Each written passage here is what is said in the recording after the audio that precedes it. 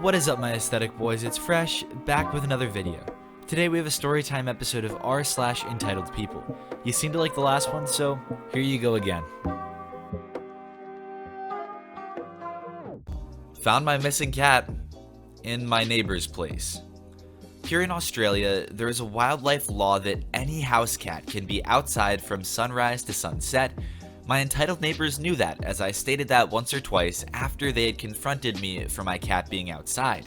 He was lying on the brick ledge that separates our backyards and being a menace to the wildlife. No.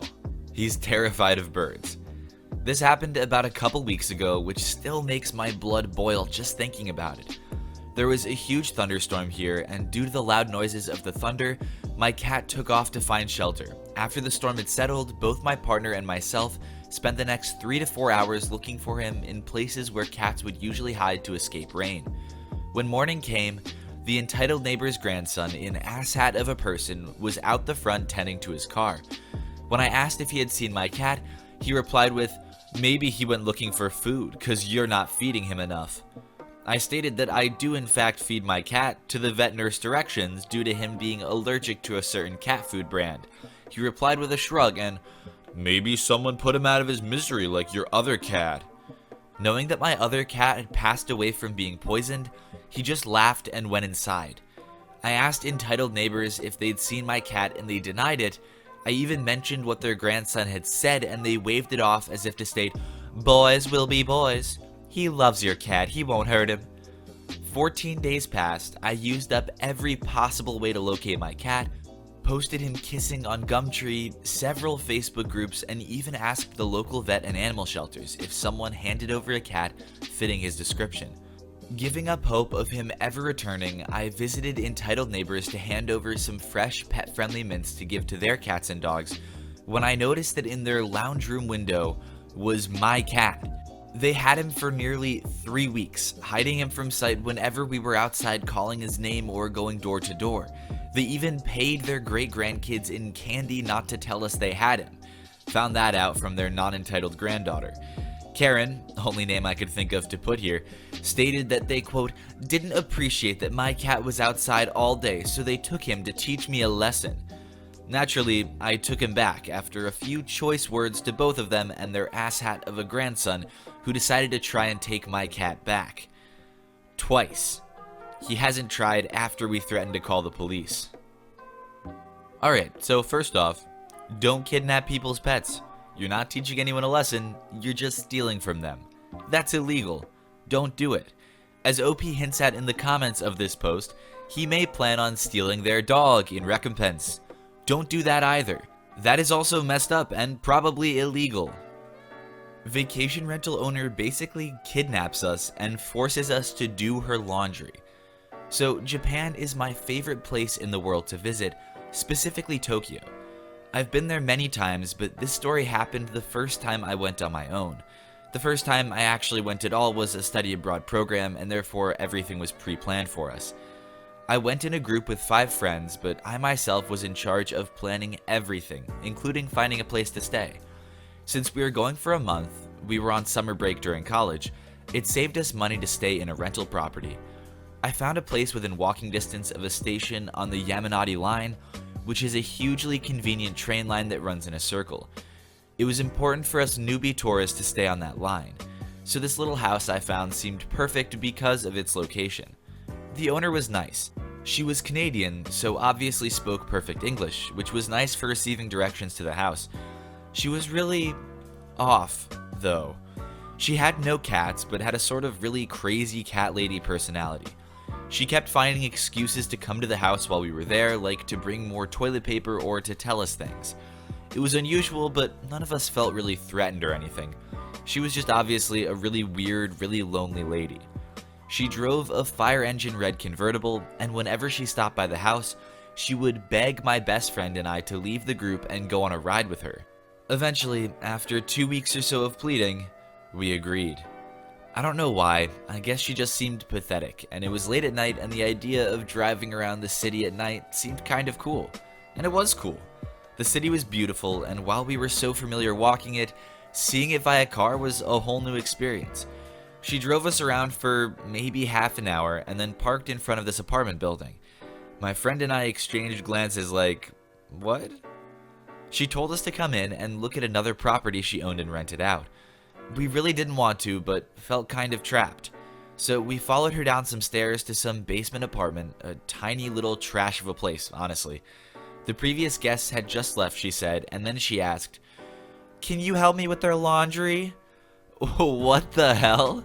The shock and disgust must have been plain on my friends and my faces because she said, "Well, I drove you around for free. The least you can do is help me with laundry." My friend and I were given laundry bags and forced to stuff all the dirty towels and blankets and sheets and pillowcases in them. After it was done, we got back in the car. My friend and I were both like, "Oh, well, thanks for the ride, but it's really late and we should get back." The lady literally said, "If you expect a ride back, then you owe me more help with the laundry." We were both like freaking out at this point. I never felt unsafe, I guess, but it was just like one of the most what the actual hell scenarios we have ever been in. She drove us to another apartment she owned, one that had a washer and dryer in it, and then she made us unload all of the laundry into the washing machine. At this point, she expected us to sit there and wait for the washer to finish so we could put everything in the dryer and then fold everything and bring it back to the other apartment, all in exchange for the car rides. But we happened to be in a part of the city that was much closer to the station at that point, so my friend and I told her we decided to just walk home instead. She starts freaking out and trying to convince us that we owe her from the ride she gave us, but we just booked it out of there. By following the flow of crowd, we ended up at the station we wanted and headed back to the house. After that, the lady's craziness went up like 1,000% to the point where she would just let herself in the house while we were there. Anytime she wanted to do something, she said that we got a free ride from her and owed her for all the time and gas she used. It was insane. The last week or so, we were hiding all of our valuables and burying everything in dirty underwear in our suitcases. She never seemed like she was going through our stuff, but we just couldn't trust her at all at that point. All because of a freaking 30-minute ride. Oh no, you must be mistaken. She had a red convertible. That's what she took you for a ride in. It's obviously both faster and more expensive than your average car ride, so really her half-hour car ride was worth, I don't know, 2 or 3 hours of car ride? Come on, have some decency. Overbooked Spirit Airlines gets sued by family when 15-year-old daughter gets kicked off and left behind at airport without informing family. And yes, unfortunately, this really happened. This poor family. The mom was traveling alone with her daughter and son, but couldn't get seats for the three of them to sit together. So she and the son took their seats together in the back of the plane, while the daughter had a seat further up and out of the mom's sight. Sometime before takeoff, the flight crew realized they were overbooked and were low on seats, decided that they needed to select some passengers to get kicked off of the plane so some other people could have them instead. Out of the people selected, they picked the obviously young and obviously underage 15-year-old to boot off the plane in the middle of nowhere, and when she protests and tries to tell them she's there with her mom and brother, they not only still kick her off with nothing except the clothes on her back and whatever carry-on she had with her, while telling her that a different flight would be arranged for her, but they don't even bother going to tell the mom what was happening. The daughter tried calling her mom on her cell phone before the plane took off, but the mom had put her phone on airplane mode, so it never went through. The mom didn't find out her daughter wasn't on board anymore until the plane was halfway to where they were headed. Spirit Airlines states their involuntary denied boarding policy in their contract of carriage as 9.2, involuntary. If a flight is oversold and there is not enough volunteers, other guests may be denied boarding involuntarily in accordance with the following, 9.2.1.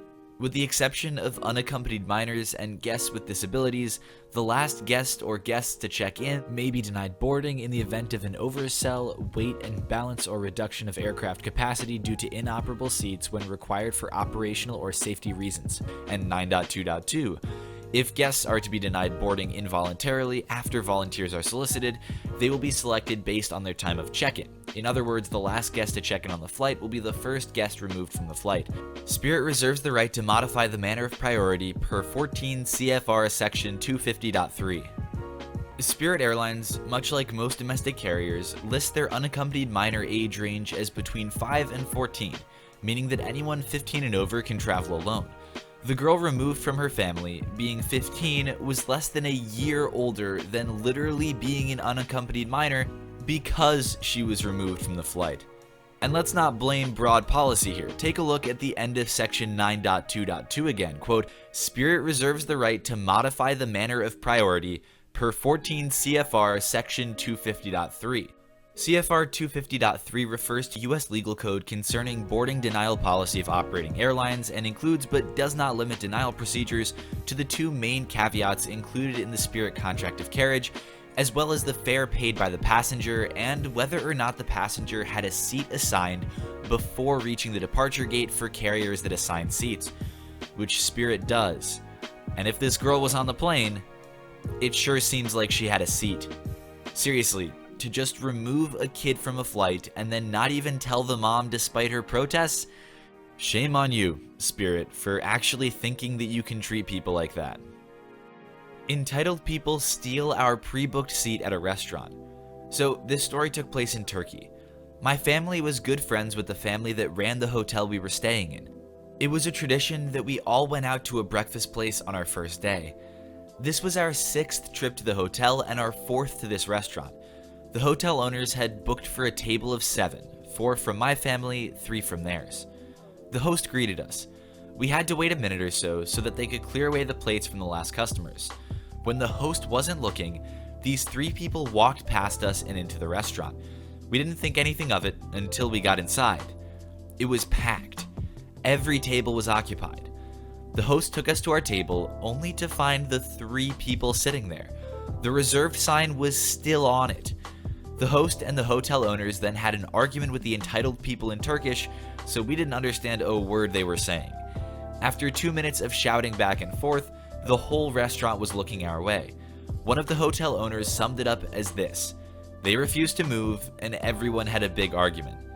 The manager came to see what was going on and he asked the entitled people to move. They didn't.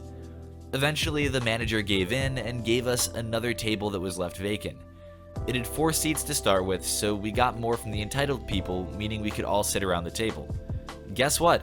The entitled people didn't want us to take the spare chairs they weren't using. The manager promised us we would get faster service and that the entitled people would not, and that he would add 40 Turkish lira to their total. We've never met anyone quite as bad since. So for those of you at home who aren't necessarily up to date on your Turkish exchange rates, 40 lira is about $7 or $8. We'll call it $7.50. That's the extra fee that the manager charged them. Maybe it's just a pushover, who knows? I'm sure many people in a packed restaurant would have paid that to get a guaranteed table. Entitled college students think they deserve our assigned seats at a movie theater. So a couple weeks ago, I was at the movie theater with my Girl Scout troop and some of their parents, including mine, to see Captain Marvel. You know, girl power, whatever. We got there semi-early to get snacks since we didn't know how long the line would be. After we all got our snacks, we went inside the theater to find our seats. The theater near me recently implemented assigned seating so you could choose your seats online or when you buy tickets in person. When we went inside, we found our seats and sat down. About half of us were at the theater at this point, the other half stuck in traffic or something. My friends and I sat in our seats in the front row of the second section and our parents sat in the row behind us. When the rest of our troop got there, we quickly realized we didn't have enough room in the row for all of us. Enter EG, entitled girlfriend, and SDB, semi-decent boyfriend. My dad realized they were sitting in our seats and said to them, "Excuse me, I think you may be sitting in our seats. Could you please move?" Or something along those lines. I was a couple seats away. Entitled girlfriend turns around with a disgusted look on her face and said, we got here early, so these are our seats." My dad explained to them that a couple weeks ago the theater implemented assigned seats and those were our seats. He asked if he could see their tickets and point them to their seats. SDB reluctantly pulled out the tickets and handed them to my dad. Meanwhile, the girlfriend looked furious. My dad pointed to the general area of their seats and SDB started grabbing their snacks, ready to go up to their real seats. Keep in mind, this whole time my troop and I are watching while 2 girls are standing awkwardly, one of which had crutches after a recent ankle surgery.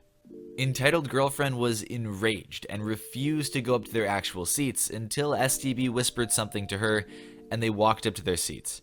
We thought this was over, but not yet. After the movie finished, my parents, brother, and my friend with crutches were standing outside the bathroom. Entitled girlfriend with obviously embarrassed semi-decent boyfriend trailing behind her came up to them. She said the way my dad handled the situation was inappropriate and she really hopes he wouldn't do that if a kid was sitting in the seat instead.